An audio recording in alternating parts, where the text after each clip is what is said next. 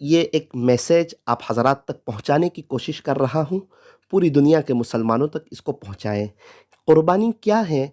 फ़रमाया कि ये हज़रत इब्राहीम अलैहिस्सलाम की सुन्नत है। क़ुरबानी पर क्या मिलेगा?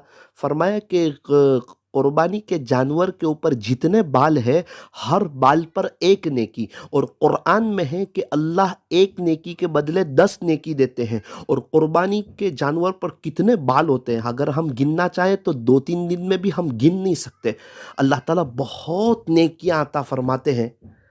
और क़ुरबानी के जानवर का खून ज़मीन पर गिरने से पहले खुदा के दरबार में शर्फ़ कबूलियत हासिल कर लेता है।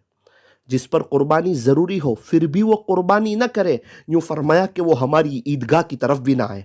अल्लाहु अकबर! कितनी सख्त वईद है। और ये ईद उल अज़हा में अल्लाह के यहाँ सबसे बेहतरीन अमलों में से एक अमल जानवर का खून बहाना है। तो क़ुरबानी के कुछ आदाब हैं। पहली चीज़ यह है कि क़ुरबानी अल्लाह के लिए की जाए। दूसरी बात, जहाँ क़ुरबानी की जा रही है वो जगह साफ़ हो। तीसरी बात, जानवर को जब क़ुरबानी की जगह पर लाएं तो प्यार मोहब्बत से अदब के साथ लाएं, उसको पता न चले कि उसको ज़ुबा किया जाएगा। और जब उसको ज़मीन पर लिटाएं तो भी बड़ी नरमी के साथ लिटाएं, उसके बदन पर मार न लगे।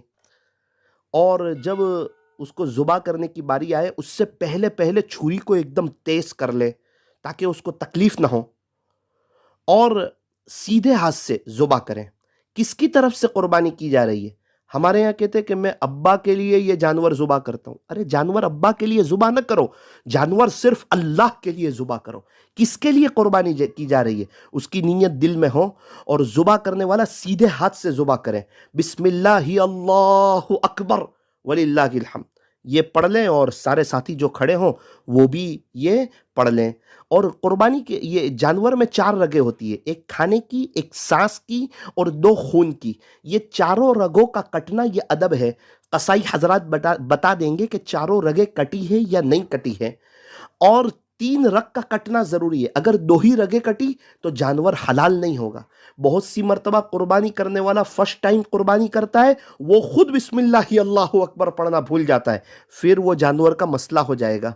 और जब जानवर ठंडा हो जाए तो उसको पानी वगैरह जब डाल दिया जाए तो उसकी खाल को उतारा जाए तो खाल में बीच में शिगाफ ना हो, खाल फट न जाए, इसका ख्याल रखें। ये भी अदब है।